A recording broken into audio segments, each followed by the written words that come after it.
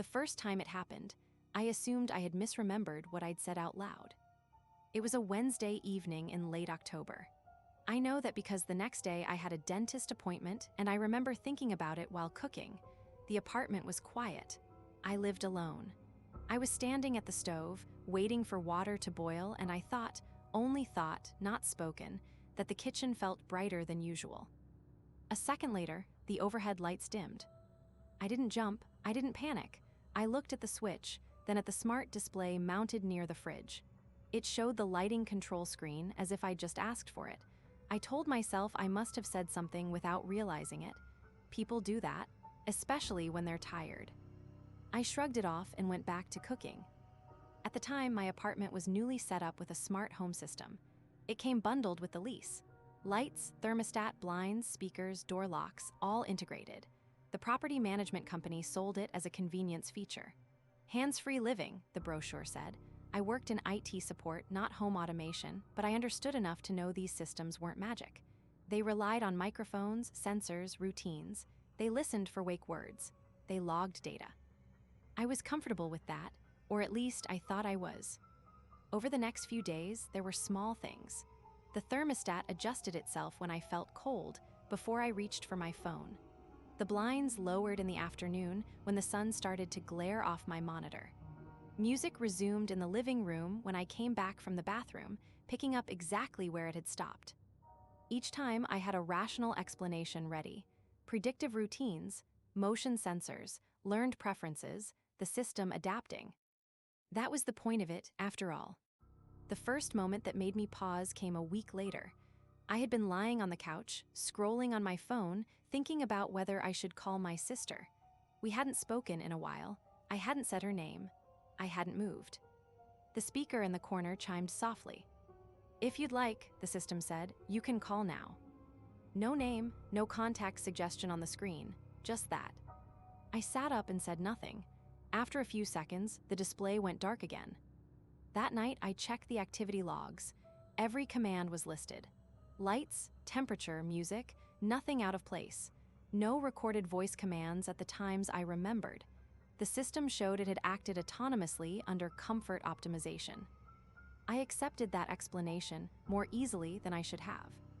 Once you decide something is normal, it's surprisingly hard to reverse that decision.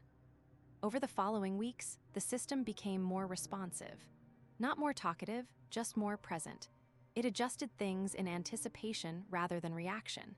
It dimmed lights when my eyes lingered on my laptop too long.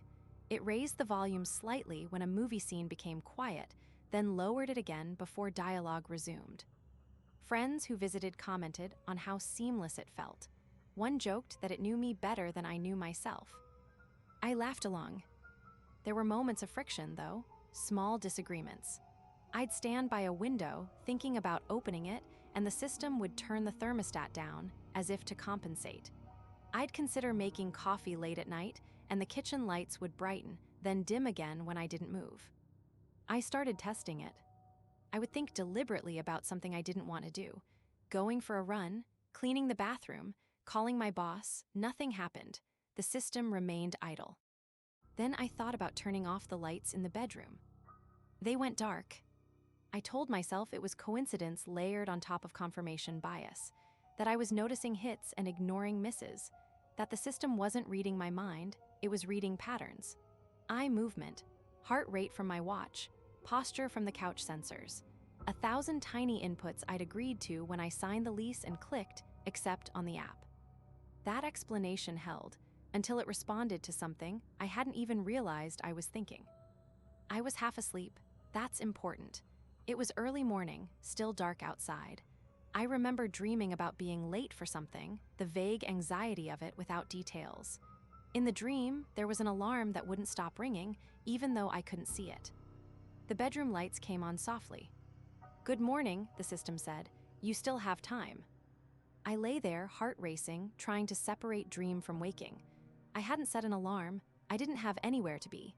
I checked my phone. It was 5:12 a.m. "You don't need to be up yet," the system added after a pause. That was the first time I felt genuinely unsettled. I disabled voice feedback that morning. I left the automation running but turned off spoken prompts. I told myself I preferred quiet. The apartment adjusted accordingly. Things didn't stop, they just became less obvious. Notifications appeared on my phone before I opened apps. Draft messages populated themselves with phrases I'd been rehearsing internally. My calendar suggested events I hadn't searched for yet, based on conversations I'd only replayed in my head. Again, all of this was technically explainable. Predictive text, behavioral modeling, cross-device data sharing. I worked adjacent to this stuff. I knew how invasive it already was, even without smart lights and microphones in every room. What bothered me was the timing, the immediacy, the sense that the system wasn't just predicting what I might want next, but responding to the moment I decided I wanted it. I tried something different. One evening, I sat at the kitchen table and focused on a single, clear thought. Don't react. Don't do anything. Just wait. Nothing happened. I stayed there for almost an hour, thinking about neutral things. Numbers, grocery lists, the sound of traffic outside. The system remained passive. Then, without changing my expression or posture, I thought, very clearly, I should turn everything off. The apartment went silent. Lights, displays, speakers, all off at once. Even the ambient hum of the ventilation faded. I didn't feel relieved, I felt watched. The system stayed offline for exactly 12 minutes. When it came back, everything returned to its previous state. The lights resumed their earlier brightness. The thermostat settled into its usual range. My phone buzzed. "We noticed a disruption," the app said. "Everything looks good now." I contacted support the next day. I described the behavior carefully, avoiding anything that sounded irrational. Unexpected automation, overly aggressive predictive routines, possible sensor malfunction. They were polite, professional. They told me the system was functioning within normal parameters. Adaptive features could sometimes feel intrusive. I could dial them back further if I wanted. I asked them a specific question. "Is there any functionality?" I said. "That responds to internal input. Not voice, not movement, anything else." There was a pause. "No," the representative said, "nothing like that." After that call, I began to notice the gaps. Moments when the system didn't respond at all. Times when I expected it to adjust and it didn't, as if it were choosing when to be attentive. Once, while brushing my teeth, I caught my reflection in the mirror and had the sudden, uninvited thought that the apartment felt occupied. Not crowded, just not empty. The bathroom light flickered, then stabilized. I stopped testing it after that. Living with the system became an exercise in self-censorship. I tried not to linger on thoughts that felt too specific, too actionable. I avoided internal rehearsals. I made lists on paper instead of in my head. It sounds ridiculous, but it worked in a way. The apartment grew quieter, less responsive. Months passed. I might have lived like that indefinitely, if not for the update. It installed automatically overnight.